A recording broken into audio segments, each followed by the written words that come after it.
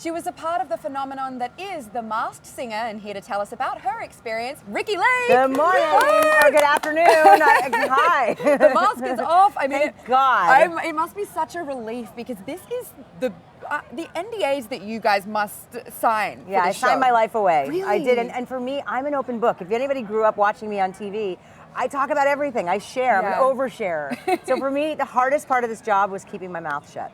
So aside from that, what was the experience like for you? It was, it would appeal to me. Dina Katz, who's the producer from Dancing with the Stars, who got me to do that show, which was an amazing experience, she assured me that this is going to be very fun, very special, and a huge hit, and she was right. Yeah. I love the idea of being anonymous. I love the idea of singing again. I haven't sung in a long time, and I used to be a trained singer way back when. Yeah. So I love no makeup and no hair. I loved it was just special. It was like something that hadn't been done before, and I'm all about reinventing myself. And it must have felt really liberating, the whole, having taking it off or being covered? No, being covered and being able to sing and nobody knowing. I don't know. It was just, it's like being in on the joke or something. Right. It's like, and I don't know who any of the other people are. Like we'd see each other in costume or in disguise. You really don't know? I honestly, or you just signed something saying you don't know? I honestly don't know who they are. And we were separated completely, but then we'd see each other during show day. Like the B and I were next door, and I'd see the costume, but I'm like trying to figure out who it is. I have no idea. You don't? Okay. No idea. We're going to get to that because I want to pick your brain. Yeah. But in your opinion, what do you think was your best song or performance? Oh my God. Well, I actually haven't watched it back. What?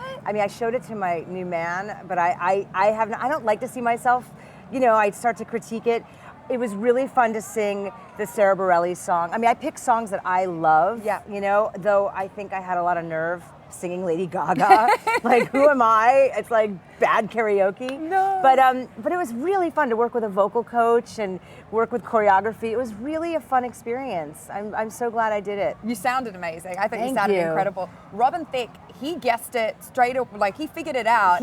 From my mannerisms. Yes, and that's why I was like, wow, he was a really big fan of your show. It was great. And who knew, And yeah, because I used to always, when I would be moved by the guests, I would touch my heart or I'd do this with my face. And that's what he pegged. What an incredible memory that he has also. Or that I'm so transparent. There's no mystery to me ever. Why did you choose the Raven? Well, the Raven appealed to me. First of all, black is slimming. We're both wearing black. Real. You don't need to be wearing anything. Something for me, that was number one. And I love, I've been through some darkness. I have literally been like the phoenix rising from the ashes. And so it just really resonated with me and my story of losing my husband. Yeah. And it was just a cathartic journey. And I love that I was able to share it and honor him in this way. And yeah, it was all around a good thing to do, I think. It's really brave. It's brave, but also I think, as you said, cathartic. That's got to be an amazing. Yeah, and it's weird, it's like this is the anniversary. Monday will be the anniversary of his death. It'll be 2 years on the 11th of February. And so for me, it's coming full circle, How are you doing? I'm doing well. I mean, it's just out. I just just revealed that I have a new love in my life. And so that's been really surprising and special, and I do believe Christian, my husband, brought him to me. Oh. I do. And he's wonderful? He's wonderful. He has an amazing eco-friendly clothing line called One Golden Thread. Cool. And his name is Jeff Skolt, and he's very special. And I think as we get older, I'm more discerning about the people that I have in my life, and the time that I spend is very precious to me. So yeah, he's very much my equal, and I'm in awe and admire him, and I'm very grateful. How did you meet him? I met him through my friend. It wasn't through online, although I'm not opposed to online dating, but I wasn't really looking to date. I wasn't looking for a partner, and it just came out by surprise. And so I think Christian had something to do with it. And I also want to say Christian Evans, my beloved, helped me make this documentary that I worked on for 6 years. Tell us about this. Weed the People? It's called Weed the People, Weed with a D. Okay. And it's about cannabis oil and children with cancer, and I worked on it for 6 years with him.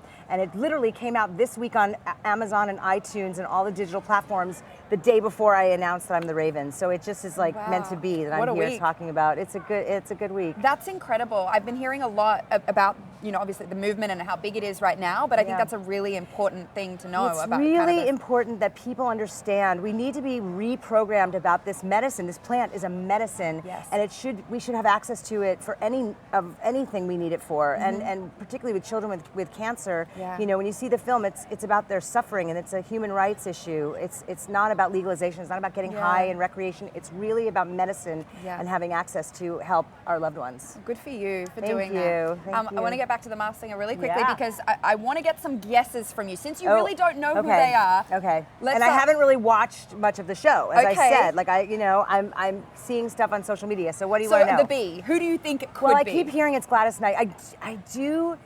I think it's an African American woman. Obviously, it's someone who who has pipes. Yeah. Like how unfair that I had to be next to the B. You sounded so great. not fair. You sounded great. I mean, I'm hearing Gladys Knight. Okay. Right? I think that's a good guess. That is out there. I heard LaToya Jackson possibly, right? Right? Ooh, I I haven't heard that no? one.